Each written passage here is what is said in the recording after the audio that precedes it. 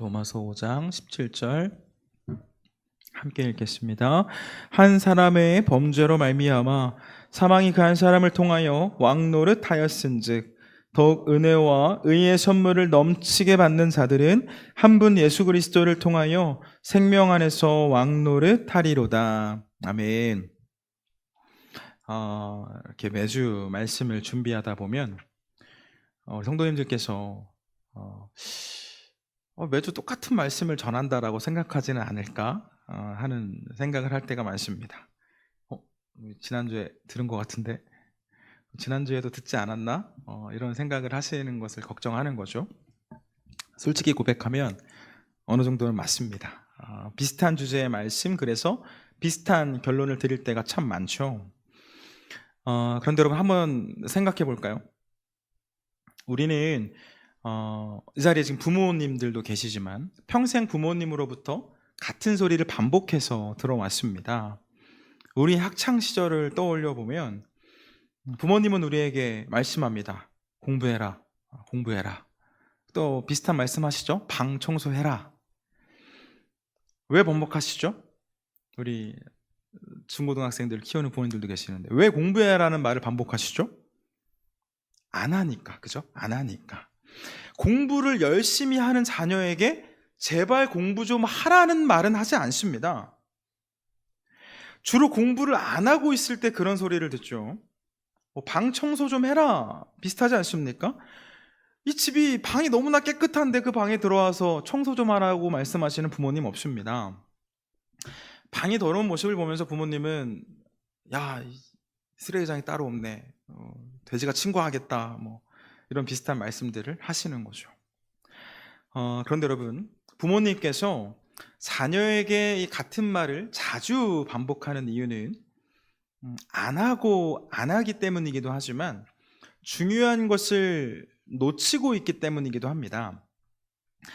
부모님께서 인생을 살아보시니 공부를 할 때 인생의 길이 조금은 더 열릴 가능성이 높다라고 생각하기 때문에 공부하라는 말들을 하시는 거죠. 여러분, 목사가 단 위에서 말씀 보십시오, 감사하십시오, 사랑하십시오, 기도하십시오 라고 반복해서 권면하는 것도 마찬가지 아니겠습니까? 오해하지 말 것은 설교는 하나님의 말씀을 듣는 시간이죠. 이 성경을 풀어서 말씀을 드리고 있습니다. 그런데 이 목사의 설교를 잔소리로 들으면 은혜가 되지 않고 삶의 변화도 일어나지 않습니다. 저는 제가 전하는 이 말씀을 하나님께서 먼저 제게 주시는 말씀으로 봤는데요, 저 역시 찔림을 느낄 때가 많습니다. 그럼에도 반복적으로 말씀을 전하는 이유는 중요하기 때문입니다. 그리고 사실은 하나님께서 주신 이 말씀, 이 성경에 반복되는 내용들이 많기 때문이겠죠. 최근 몇 주간의 수요일에는 믿음으로 받는 구원에 대한 말씀 드리고 있습니다. 구원은 우리의 의로운 행위로 받는 것이 아니죠. 종교적인 삶에 대한 결실이 아닙니다. 구원은 하나님께서 우리에게 선물로 주셨고 우리는 그 선물을 손을 내밀어서 곧 우리의 믿음으로 받을 뿐입니다. 그런데 이와 같은 말씀을 반복적으로 드리다 보면 성도의 삶에 대해서 궁금증이 생길 수 있습니다. 구원에 있어서 우리의 행위가 중요하지 않다면, 우리의 삶이 중요하지 않다면 우리는 다른 사람을 사랑하고 섬기고 배려하고 용서하는 삶을 굳이 살 필요는 없지 않을까. 조금은 이기적이고 나의 유익만을 위한 삶을 살아도 예배 시간에 회개하면 나의 구원, 또 하나님의 자녀된 나의 신분에는 문제 없는 것 아닌가 하는 생각이 들죠. 여러분들의 생각은 어떠신가요? 저는 이와 같은 생각들로 인해 현재 한국교회와 성도가 우리 사회에서 신뢰를 잃어버렸다라고 생각을 하는데요, 오늘은 행위가 아닌 믿음으로 받는 구원, 그러나 구원받은 성도가 살아야 할 삶에 대한 말씀을 나누려고 합니다. 우리 오늘의 요리문답 함께 보겠습니다. 우리 62문부터 64문까지 읽겠습니다. 시작. 우리의 선한 행위들은 왜 하나님 앞에서 우리의 의가 될 수 없습니까? 하나님의 심판대 앞에 내세울 수 있는 의는 절대적으로 완전한 의로움이어야 하고 하나님의 율법에 완벽하게 맞아야 합니다. 반면 우리의 행위는 아무리 선하다 할지라도 하나님 앞에는 불완전하며 죄에 오염되어 있을 뿐입니다. 하나님이 이 세상과 내세에서 보상하신다고 해도 우리의 선한 행위는 아무런 소용이 없는 것입니까? 그 보상은 선한 행위에 대한 것이 아니라 은혜의 선물로 주어지는 것입니다. 그런 가르침은 사람들을 선한 행위에 대해 나태하게 하거나 악하게 만들지 않습니까? 아닙니다. 참된 믿음으로 그리스도를 마음에 모신 사람이 감사의 열매를 맺지 않을 수는 없습니다. 아멘. 반복해서 말씀을 드리는 것처럼 우리는 우리의 종교적인 행위로 인해서 구원받지 못합니다. 완전하신 하나님과는 다르게 우리는 불완전하기 때문입니다. 우리 오늘 말씀 이렇게 좀 책갈피로 해두시고요. 앞에 이사야서, 구약성경 이사야서 64장 말씀 한번 볼까요? 이사야서 64장 6절 말씀. 제가 갖고 있는 성경으로는 구약 1046면에 있습니다. 구약 1046면 이사야서 64장 6절 말씀. 이사야 64장 6절. 네. 함께 읽겠습니다. 시작. 무릇 우리는 다 부정한 자 같아서 우리의 의는 다 더러운 옷 같으며 우리는 다 잎사귀같이 시들므로 우리의 죄악이 바람같이 우리를 몰아가나이다. 여러분, 우리는 원죄를 갖고 태어나고요, 죄로 물든 우리의 본성은 하나님의 뜻과는 반대되는 길을 걷고자 합니다. 그러나 어리석은 사람들은 이러한 사실을 인지하지 못하고 스스로의 노력을 통해 구원을 받고자 했습니다. 이성으로, 철학으로 진리에 도달하고자 했고요. 또 중세시대의 건축 양식인 이 고딕 양식을 보면 어떻습니까? 이 하늘로 뾰족뾰족하게 높게 건물들을 올렸죠. 천국에 도달해 보고자 하는 건축자들의 마음이 담겨 있습니다. 그러나 우리의 지식으로도 그리고 물리적인 방법으로도 우리는 하나님께 도달할 수 없습니다. 종교인들의 경우에 고행이나 어떤 수행을 통해 구원을 얻고자 하기도 합니다. 이 종교의 경전을 지킴으로, 율법을 지킴으로 하나님 앞에 의로운 존재가 되고자 하는 것이죠.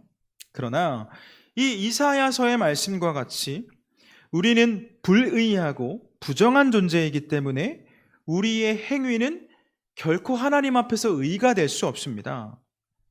우리 예를 한번 들어볼까요?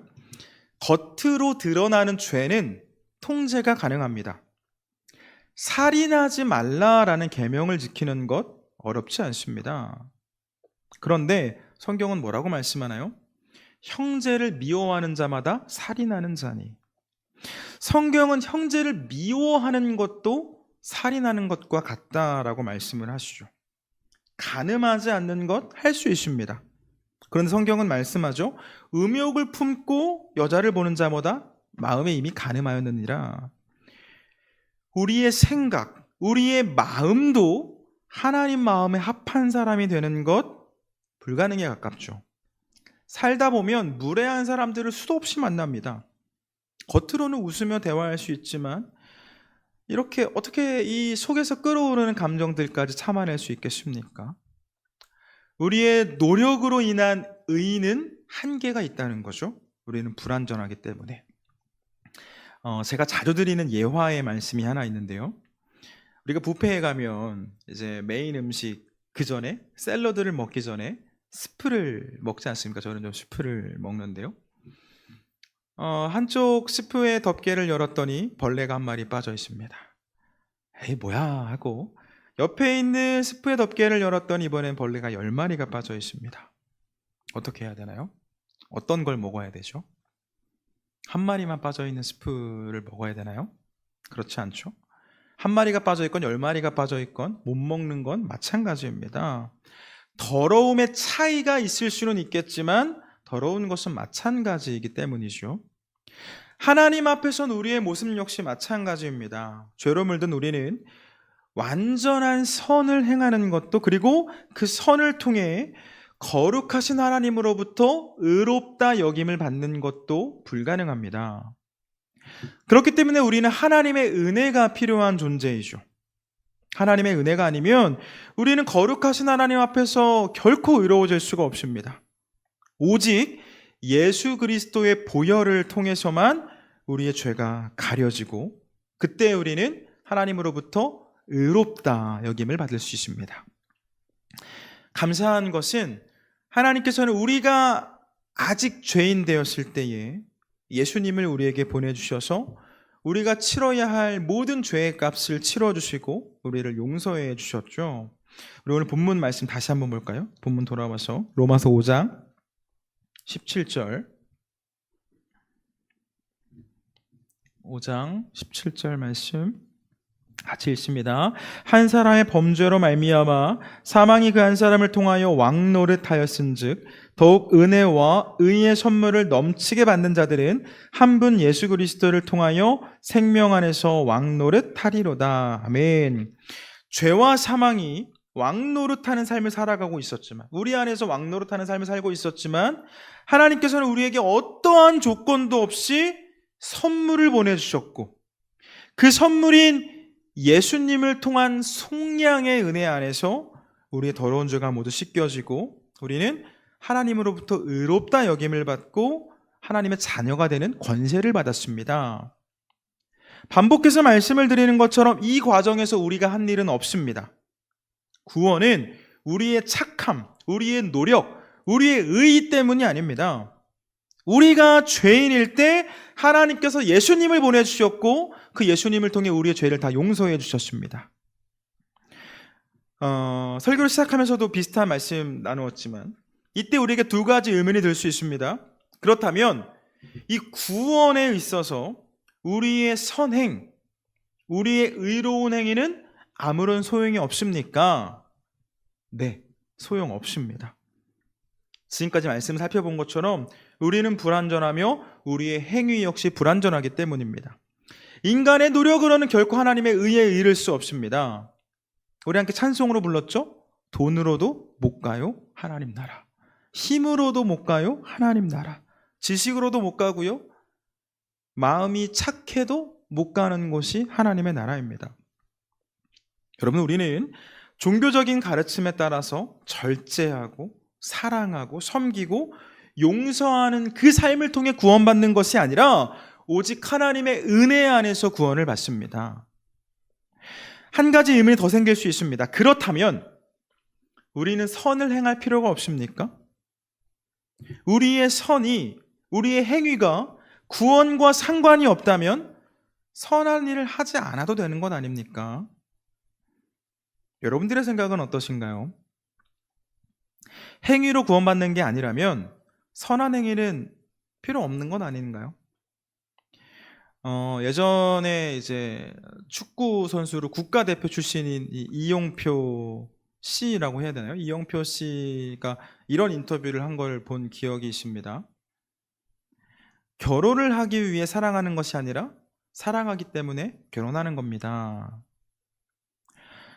천국에 가기 위해서, 구원을 받기 위해서 선한 일을 하는 것이 아니라 우리는 하나님의 자녀가 되었기 때문에 하나님께서 기뻐하실 일을 하는 것이고, 예수님으로부터 큰 사랑을 먼저 받았기 때문에, 이미 받았기 때문에 사랑하는 삶을 사는 것이죠. 우리는 죄로 인해 죽을 수밖에 없는 존재였지만, 종노릇하며 영원한 수치에 머물러야 하는 존재였지만, 어떠한 조건도 없이 예수님께서 우리를 위해 피를 흘려주셨고 우리를 구원받은 백성으로 삼아주셨기 때문에 우리는 감사하는 마음으로 예수님의 말씀에 순종하는 거죠. 기억하시길 바랍니다. 우리가 선을 행하는 삶은 구원을 받기 위해서가 아니라 받은 은혜를 누리기 위해서입니다. 거룩하고 구별된 성도의 삶은 그 거저받은 은혜를 값싼 은혜로 바꾸는 것이 아니라 값비싼 은혜가 되게 하는 일이죠. 자, 말씀 정리합니다, 여러분. 구원은 오직 믿음으로 받습니다. 우리가 구원에 이르도록 하기 위한 모든 일 하나님께서 이미 다 하셨습니다. 그러나 우리는 구원받은 사람으로서 살아야 할 삶이 있습니다. 우리는 이 땅을 살아가지만 이미 하늘에 속한 사람이기 때문입니다. 하늘 백성이기 때문에, 천국 시민이기 때문에 그 나라와 그 나라 법을 따라 살아가는 거죠.